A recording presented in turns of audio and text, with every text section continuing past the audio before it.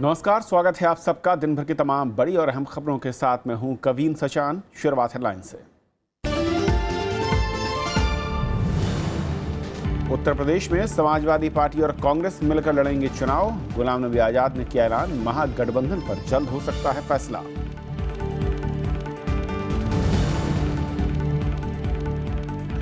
मुलायम सिंह यादव नहीं उतारेंगे अपने उम्मीदवार, अखिलेश को सौंपी 38 समर्थकों की सूची, शिवपाल यादव का नाम नहीं।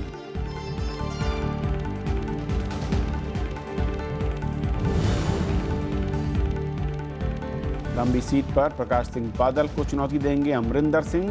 बादल को उनके घर में हराने का दावा। गोवा में अकेले चुनाव लड़ेगी कांग्रेस।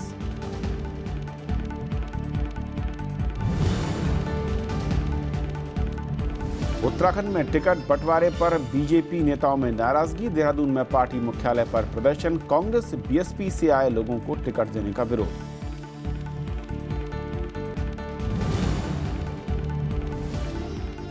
बातचीत के लिए आतंकवाद से नाता तोड़े पाकिस्तान। रायसीना डायलॉग में बोले प्रधानमंत्री, दुनिया के विकास के लिए भारत की तरक्की जरूरी।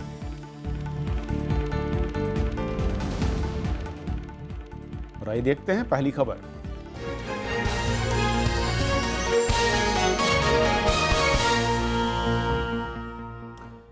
उत्तर प्रदेश में समाजवादी पार्टी और कांग्रेस गठबंधन के साथ चुनाव मैदान में उतरेगी। प्रदेश के प्रभारी कांग्रेस महासचिव गुलाम नबी आजाद ने आज इसका ऐलान किया।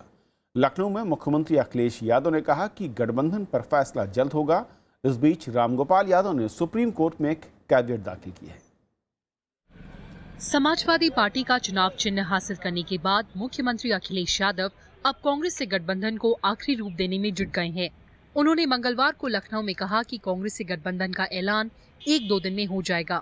इसके तुरंत बाद कांग्रेस महासचिव गुलाम नबी आजाद ने अखिलेश यादव के नेतृत्व में चुनाव लड़ने का ऐलान कर दिया।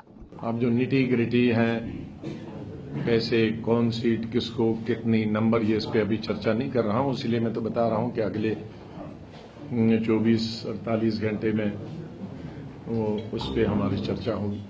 उत्तर प्रदेश में कांग्रेस की मुख्यमंत्री उम्मीदवार शीला दीक्षित ने इसका स्वागत किया। उन्होंने सांप्रदायिक ताकतों को हराने के लिए गठबंधन को जरूरी बताया। शीला दीक्षित ने मुख्यमंत्री पद से दावेदारी वापस लेने की भी बात कही। अब अगर जो पार्टीज इकट्ठी हो जाती तो दो शक्लें तो हो नहीं सकती, तो मैंने तो पहले ही कह दिया था कि मैं विड्रॉ कर रही हूँ। कांग्रेस और समाजवादी पार्टी संकेत दे चुकी है कि गठबंधन में आरएलडी को भी शामिल किया जाएगा। आरएलडी का पश्चिम उत्तर प्रदेश में प्रभाव है। बिहार की तर्ज पर तीनों दल न्यूनतम साझा कार्यक्रम का ऐलान भी कर सकते हैं। श्री अखिलेश यादव जी की तरफ से उत्तर प्रदेश में भाजपा को पराजित करने के लिए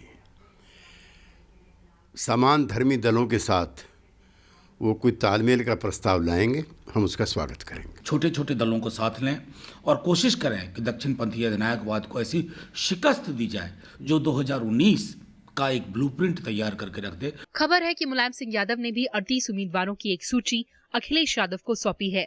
इसमें शिवपाल यादव का नाम नहीं है। वहीं पहले दौर की अधिसूचना जारी होने के साथ ही उत्तर प्रदेश में नामांकन शुरू हो गया है। उत्तर प्रदेश में वोटों का बंटवारा रोकने के लिए समाजवादी पार्टी और कांग्रेस ने साथ आने का मन बनाया है, लेकिन इसके औपचारिक ऐलान से पहले इन दोनों पक्षों के अलावा मुलायम सिंह यादव गुट के भी कुछ उम्मीदवारों को एडजस्ट करने पर मंथन जारी है। मकसद साफ है कि अखिलेश यादव चाहते हैं कि किसी भी भितरघात की संभावना को बरकरार न रखा जाए। लखनऊ में कर्नल सरोज दास और दिल्ली में कृति मिश्रा के साथ पंचानन मिश्रा, राज्यसभा टीवी। तो समाजवादी पार्टी और कांग्रेस के गठबंधन की राजनीति और लखनऊ में क्या हलचल है, इस पर आज बातचीत करेंगे। हमारे साथ कांग्रेस की सांसद और प्रवक्ता रंजीता रंजन है। रंजीता, स्वागत है आपका। और लखनऊ से हमारे साथ हमारे संवाददाता पंचानन मिश्रा हैं। पंचानन, आपका भी स्वागत है। पंचानन, शुरुआत में आपसे करना चाहूंगा, खबरें मिल रही थी कि आज एक अहम बैठक हो रही है जिसमें गठबंधन को लेकर अहम चर्चा है। हालांकि ये सिर्फ ऐलान बाकी है औपचारिक तौर पर, लेकिन क्या कुछ हलचल, क्या खबरें मिल रही हैं?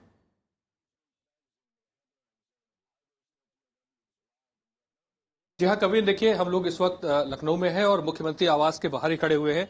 यहाँ करीब 1 घंटे तक बैठक चली थी और करीब यहाँ पर रामगोपाल यादव, नरेश यादव और उसके अलावा किरण में नंदा ये यहाँ पर आए हुए थे। उसके पहले भी आज दिन में बैठकों का दौर चला था। अखिलेश यादव ने मीडिया से अनौपचारिक बातचीत में ये साफ किया था कि आज दिन भर बैठकें चलेंगी और सूची फाइनल होगी और महागठबंधन की रूपरेखा तय की जाएगी। कल अखिलेश यादव की प्रेस कॉन्फ्रेंस 12 बजे है, तो बहुत कुछ उम्मीद है कि उसमें सामने आएगा। कांग्रेस के लीडर्स भी यहां कल पहुंचने वाले हैं। तो ये जो महागठबंधन की बात है, ये पूरी तरह शेप ले चुकी है, औपचारिक ऐलान ही बाकी है।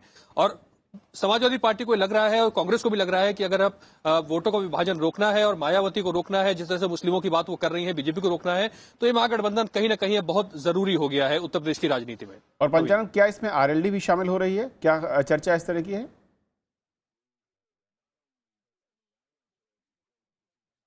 यहाँ देखिए, बिल्कुल शामिल हो सकती है और सीटों की बातों पर बातचीत चल रही है।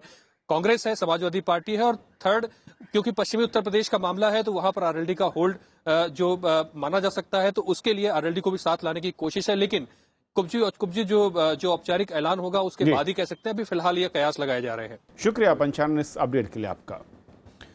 रंजीता रंजन हमारे साथ। रंजीता, कांग्रेस गठबंधन कर रही है समाजवादी पार्टी के साथ, अब ये तो तय दिख रहा है क्योंकि गुलाम नबी साहब ने भी कह दिया और अखिलेश यादव भी इसे कह चुके हैं। कल दोपहर उम्मीद कर सकते हैं कि अनाउंसमेंट होगा, लेकिन मैं कांग्रेस के लिहाज से जानना चाहता हूं कि जो कांग्रेस उत्तर प्रदेश में 27 साल बुरा हाल का नारा दे रही थी, उसे अचानक समाजवादी पार्टी के अंदर या उसके साथ इतना प्यार क्यों जागृत हो रहा है?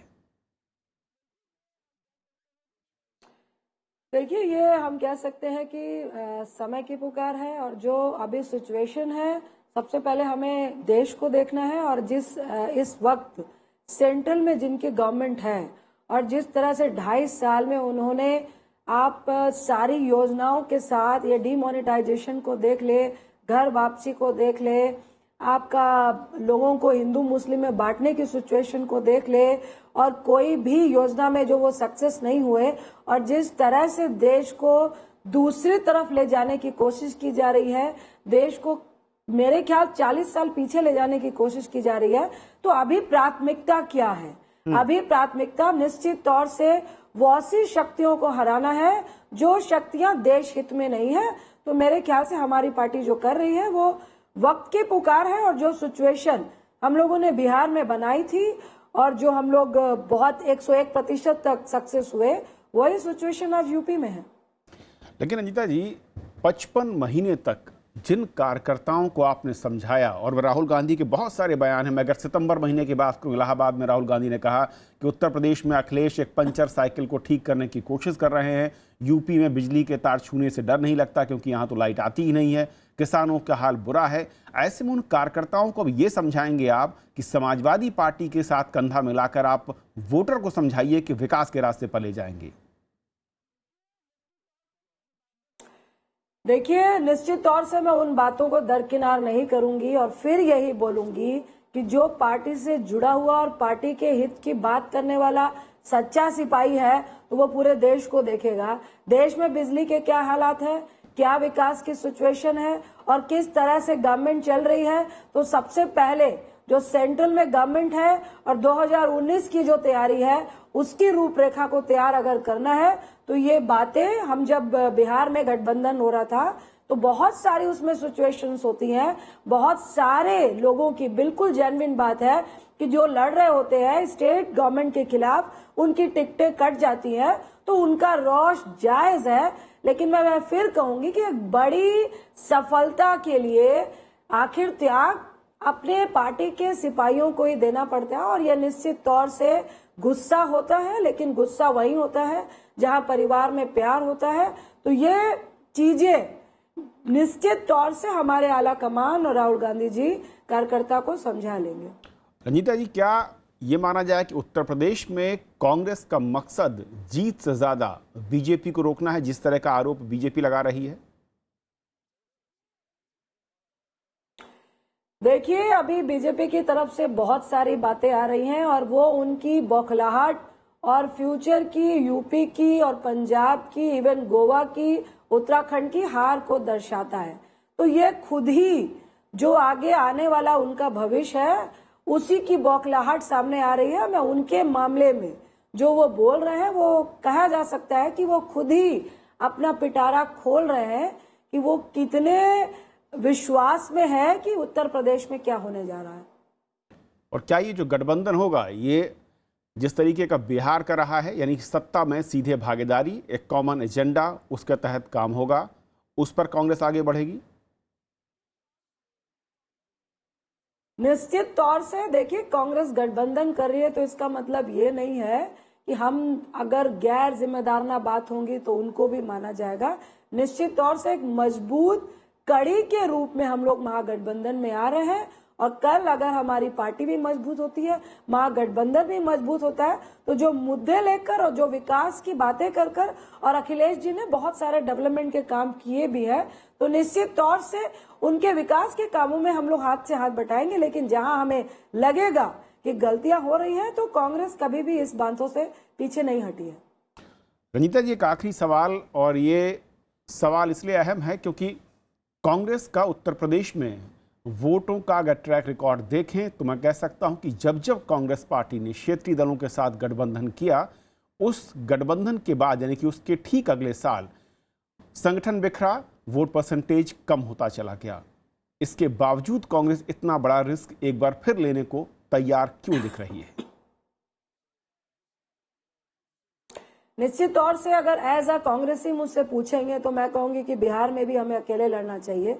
लेकिन मैं फिर कहूंगी कि सिचुएशन के अकॉर्डिंग एक बड़ी शक्ति को हराने के लिए और एक नुकसानदेह पार्टी को हराने के लिए थोड़ी सी जो रुकावटें हैं या गिरावट है उसको झेलना पड़ता है। लेकिन कांग्रेस बहुत पुरानी पार्टी है और बहुत सारे अप्स डाउन देखे हैं, तो मेरे ख्याल से ये फिक्र हम लोगों को आपसे ज्यादा है, और निश्चित तौर से इस चीज को भी हम लोगों ने जहन में रखा है। और आप आगे आगे देखिए कि चाहे बिहार की बात हो, यूपी की बात हो, बंगाल की, पंजाब की, हम लोग संगठित तौर से भी मजबूत होंगे। चलिए, बहुत बहुत शुक्रिया, आपने हमें वक्त दिया और सवालों के बहुत ही सीधे जवाब दिए। बहुत बहुत शुक्रिया आपका। और ये थी पहली खबर, छोटा सा ब्रेक, और ब्रेक के उस पार दिन भर की दूसरी बड़ी खबरें।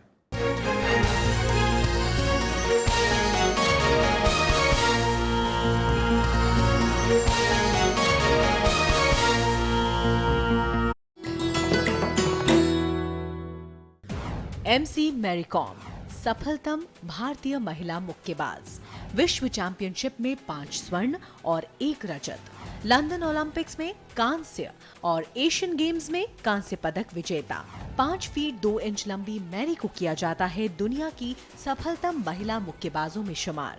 खेलों में वरिष्ठ योगदान के लिए उन्हें मिले हैं पद्म भूषण, अर्जुन अवार्ड और राजीव गांधी खेल रत्न पुरस्कार।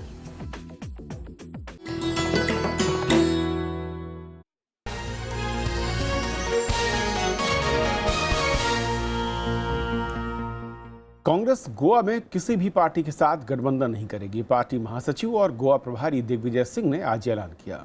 राज्य में अब कांग्रेस का एनसीपी के साथ गठबंधन की संभावना खत्म हो गई। हालांकि उन्होंने 6 सीटों पर तालमेल की बात की। कांग्रेस ने राज्य में 34 सीटों पर उम्मीदवारों के नामों का ऐलान कर दिया है। गोवा के लिए पार्टी अपना चुनावी घोषणा पत्र 23 जनवरी को जारी करेगी। दिग्विजय सिंह ने राज्य की बीजेपी सरकार पर वादों से पलटने का आरोप लगाया है। The NCP becomes very active when the elections come. Where was NCP during the last 4.5 years when Congress was fighting for the people of Goa on different issues? तो गोवा में जिस तरीके से चुनावी हलचल है और वहां पर बीजेपी के अलावा कांग्रेस और साथ ही साथ आम आदमी पार्टी भी चुनावी रण में है, और ऐसा लग रहा था कि कांग्रेस और एनसीपी के बीच गठबंधन हो सकता है। लेकिन जो खबरें आ रही हैं कि कांग्रेस अकेले चुनावी रण में उतर रही है। हालांकि 6 सीटों पर टैक्टिकल अंडरस्टैंडिंग की बात हो रही थी, और कांग्रेस ने आज साफ कर दिया कि एनसीपी का पिछले 1.5 साल में जो परफॉर्मेंस है जनता के मुद्दों को लेकर वो उतना एग्रेसिव नहीं था, वो नज़र नहीं आई, और इसीलिए कांग्रेस का जो संगठन है उस लिहाज से वो अकेले ही चुनावी रण में उतरने जा रही है।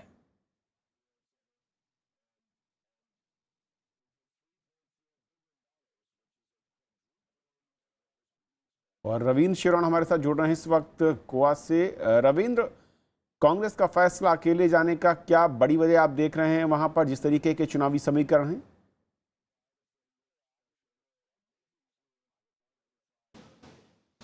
देखिए, आज जब दिग्विजय सिंह राष्ट्रीय महासचिव ने प्रेस कॉन्फ्रेंस की, उसमें साफ कर दिया कि अकेले दम पर ही कांग्रेस पार्टी इस बार चुनाव मैदान में जाएगी। 34 उम्मीदवारों की घोषणा पहले ही कर दी गई है।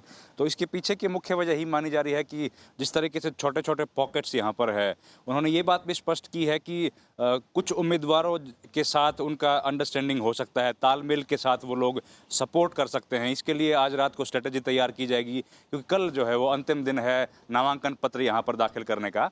इसलिए बेहद अहम है आज की रात में किस तरीके की ये लोग स्ट्रेटजी यहाँ पर तैयार करते हैं। साथ ही उन्होंने बताया कि 23 तारीख को जो है चुनावी घोषणा पत्र आएगा, और उस चुनावी घोषणा पत्र में अगर वो किसी उम्मीदवार को समर्थन देते हैं या किस तरीके की यहाँ पर अंडरस्टैंडिंग बनती है बाकी 6 सीट पर, उसके तहत जो है एक घोषणा पत्र आएगा जिसमें तमाम जो बिंदु यहाँ पर हैं, अहम मुद्दे हैं, उनको शामिल किया जाएगा। साथ ही साथ उन्होंने बताया कि राहुल गांधी उपाध्यक्ष जो हैं उनकी रैलियां यहाँ पर प्लान की जा रही हैं, और सोनिया गांधी, अगर उनका स्वास्थ्य ने साथ दिया तो सोनिया गांधी की भी रैलियां पर यहाँ पे की जाएंगी। साथ ही साथ जो स्टार प्रचारक के रूप में जो दूसरे बड़े नेता हैं उनको बुलाया जाएगा, चाहे वो सचिन पायलट हो या ज्योतिरादित्य सिंधिया हो। इसके अलावा उन्होंने विशेष तौर पर बीजेपी को जो सरकार है उसको बताया कि किस तरीके से हर मुद्दे पर उन्होंने पिछले 5 साल में यू टर्न लिया है। और चलिए, शुक्रिया रविंद्र, वहाँ से ताज़ा अपडेट देने के लिए, हमें जानकारी देने के लिए आपका। और गोवा के बाद बात पंजाब की, जहाँ पर आज कैप्टन अमरिंदर सिंह और जनरल जे सिंह समेत कई उम्मीदवारों ने पर्चे दाखिल किए।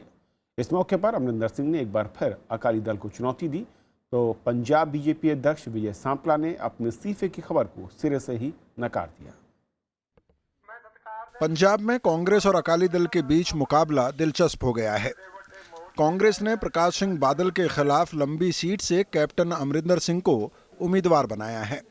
कैप्टन अमरिंदर सिंह ने कहा कि ये उनका आखिरी चुनाव होगा। उन्होंने प्रकाश सिंह बादल को उनके ही घर में मात देने का दावा भी किया है। खत्म करूंगा, मेरी लास्ट इलेक्शन है, ਉੱਥੇ ਮੈਂ ਉਹਦੇ ਬੰਦਾ ਬਣਾਉਣਾ ਉਹਨੂੰ, ਬਸ ਇੰਨਾ ਫਰਕ ਹੈ। ਉਹ ਜਿਹੜਾ ਬੰਦੇ ਨੇ ਲੁੱਟ ਲਿਆ ਪੰਜਾਬ, ਜਿਹੜੇ ਬੰਦਿਆਂ ਨੇ ਤਬਾਹ ਕਰਤਾ ਪੰਜਾਬ, ਉਹਨਾਂ ਨੂੰ सबक सिखाना पड़ेगा। अमरिंदर सिंह भी हमारे अकाली दल में से गया है, इसको मिनिस्टर भी अकाली दल ने बनाया है। नवजोत सिंह सिद्धू, ये बीजेपी ने इसको उंगली पकड़ के इस जगह लाए। जो अपनी माँ पार्टियों जिसने इन्होंने जिसको इतनी इज्जत दी उसको छोड़ सकते हैं, उसका पंजाब के लोग क्या एतबार कर सकते हैं। मुख्यमंत्री पद के उम्मीदवार के बारे में उन्होंने कहा कि इसका फैसला कांग्रेस अध्यक्ष करेंगी। अमरिंदर सिंह पटियाला से भी चुनाव लड़ रहे हैं। उन्होंने मंगलवार को यहां से पर्चा भरा। पटियाला से पूर्व सेना प्रमुख जनरल जे सिंह शिरोमणि अकाली दल के टिकट पर अमरिंदर सिंह को चुनौती दे रहे हैं। उन्होंने भी मंगलवार को पर्चा भरा। सर सीएम कैंडिडेट हैगे, मतलब as a I don't know, that is Congress president. Cycle ते चलांगा, स्कूटर ते चलांगा, कार ते चलांगा, सब जगह जावांगा, गलियां कूचे जावांगा, लोगों ਨੂੰ ਕਵਾਂਗਾ ਕੰਮ ਕਰਨ वाले कैंडिडेट ਨੂੰ वोट ਦਿਓ, बाकी ਜਿਹੜਾ महल च बैठा है ਉਹਨੂੰ ਧੱਕਾ ਮਾਰ के ਕੱਢੋ। इधर टिकट बंटवारे से नाराज बताए जा रहे पंजाब बीजेपी अध्यक्ष विजय सांपला पार्टी अध्यक्ष अमित शाह से मिलने दिल्ली पहुंचे। इससे पहले उन्होंने केंद्रीय मंत्री थावरचंद गहलोत से भी मुलाकात की। वरिष्ठ नेताओं से मुलाकात के बाद उन्होंने प्रदेश अध्यक्ष पद से इस्तीफे की खबरों को गलत बताया। ऐसा कुछ नहीं है, आप सबकी अफवाहों का मीडिया की उपज है ये, और आप वापस ले लिया आपने? अरे मैंने दिया ही नहीं है आपको, किसने कहा है? ये आपकी मीडिया की उपज है। इधर अमृतसर से नवजोत सिंह सिद्धू ने प्रचार अभियान का आगाज किया। रोड शो के दौरान उनके निशाने पर एक बार फिर अकाली दल और बादल परिवार रहा। सच, हक ते धर्म की स्थापना करनी है, दुष्टां दा विनाश करना।